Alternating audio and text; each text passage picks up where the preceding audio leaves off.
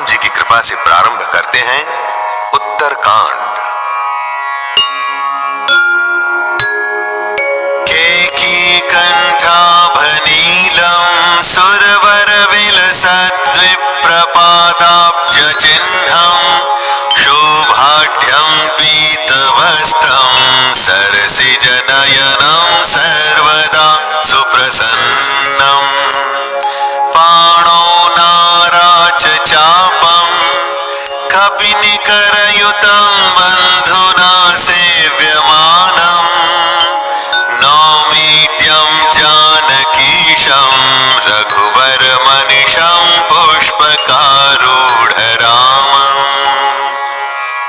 मोर के कंठ की आभा के समान नील वर्ण, देवताओं में श्रेष्ठ ब्राह्मण अर्थात भृगु जी के चरण कमल के चिन्ह से सुशोभित, शोभा से पूर्ण, पीतांबरधारी, कमल नेत्र, सदा परम प्रसन्न, हाथों में बाण और धनुष धारण किए हुए वानर समूह से युक्त भाई लक्ष्मण जी से सेवित, स्तुति किए जाने योग्य श्री जानकी जी के पति, रघुकुल श्रेष्ठ, पुष्पक विमान पर सवार श्री रामचंद्र जी को मैं निरंतर नमस्कार करता हूं। कौसलेन्द्र पद कंज मंजुलो कोमलावज महेश वंदितो जानकी कर सरोज लालितो चिंतकस्य मन भृंग संगिनो। कौशलपुरी के स्वामी श्री रामचंद्र जी के सुंदर और कोमल दोनों चरण कमल ब्रह्मा जी और शिव जी द्वारा वंदित हैं। श्री जानकी जी के कर कमलों से दुलराए हुए हैं और चिंतन करने वाले के मन रूपी भौरे के नित्य संगी हैं, अर्थात चिंतन करने वालों का मन रूपी भ्रमर सदा उन चरण कमलों में बसा रहता है। कुंद इंदुदर गौर सुंदरम अंबिकापतिमभीष्ट सिद्धिदम् कारुणिक कलकंजलोचनम् नौमि शंकरमनंगमोचनम्।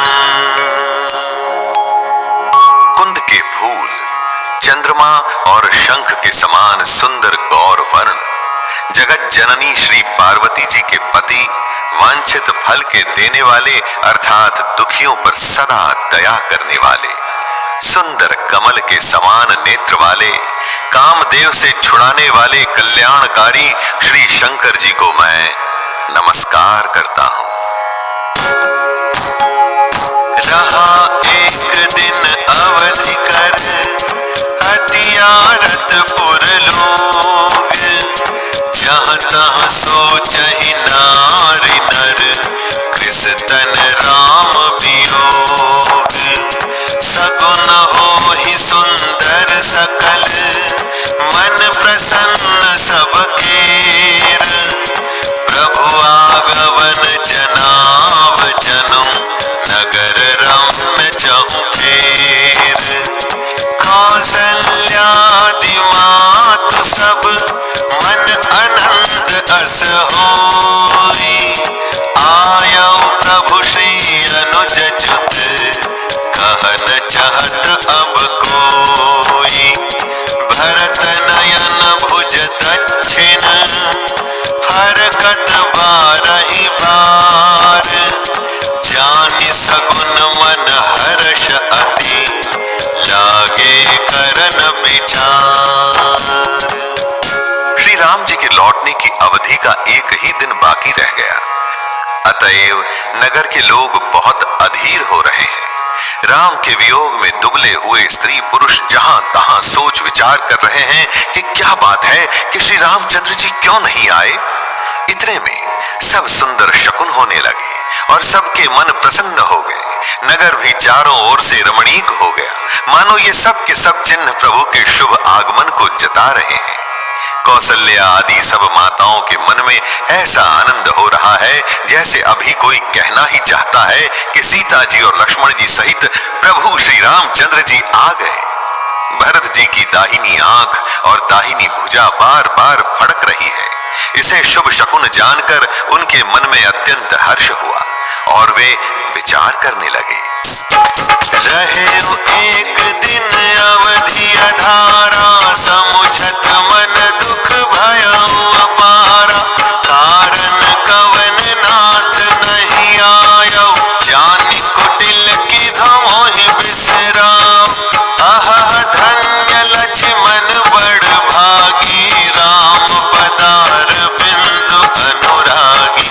कपटी कुटिल मोहि प्रभु चीन्हा, ताते नाथ संग नहीं लीना।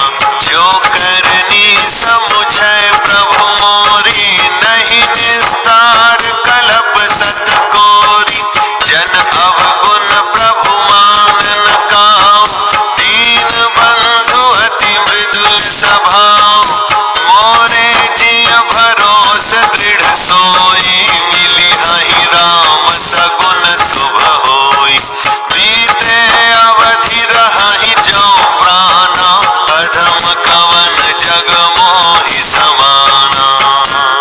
प्राणों की आधार रूप अवधि का एक ही दिन शेष रह गया। यह सोचते ही भरत जी के मन में अपार दुख हुआ। क्या कारण हुआ कि नाथ नहीं आए? प्रभु ने कुटिल जानकर मुझे कहीं भुला तो नहीं दिया? आहा, लक्ष्मण बड़े धन्य एवं बड़भागी हैं जो श्री रामचंद्र जी के चरणार विंद के प्रेमी हैं। मुझे तो प्रभु ने कपटी और कुटिल पहचान लिया, इसी से नाथ ने मुझे साथ नहीं लिया। बात भी ठीक ही है, क्योंकि यदि प्रभु मेरी करनी पर ध्यान दें तो 100 करोड़ कल्पों तक भी मेरा छुटकारा नहीं हो सकता।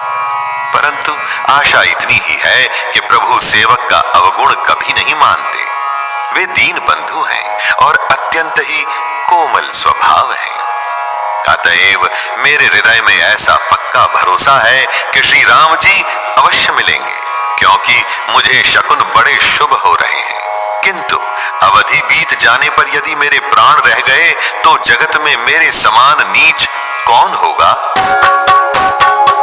राम विरह सागर महा, भरत मगन मन होत। विप्र रूप धरि पवन सुत, आए गयो जनु पोत। बैठे देखि कुशासन, जटा मुकुट कृष गात। राम राम रघुपति जपत, स्रवत नयन जल जात। श्री राम जी के विरह समुद्र में भरत जी का मन डूब रहा था। उसी समय पवन पुत्र हनुमान जी ब्राह्मण का रूप धरकर इस प्रकार आ गए मानो उन्हें डूबने से बचाने के लिए नाव आ गई हो। हनुमान जी ने दुर्बल शरीर भरत जी को जटाओं का मुकुट बनाए राम राम रघुपति जपते और कमल के समान नेत्रों से प्रेमाश्रुओं का जल बहाते कुश के आसन पर बैठे हुए देखा।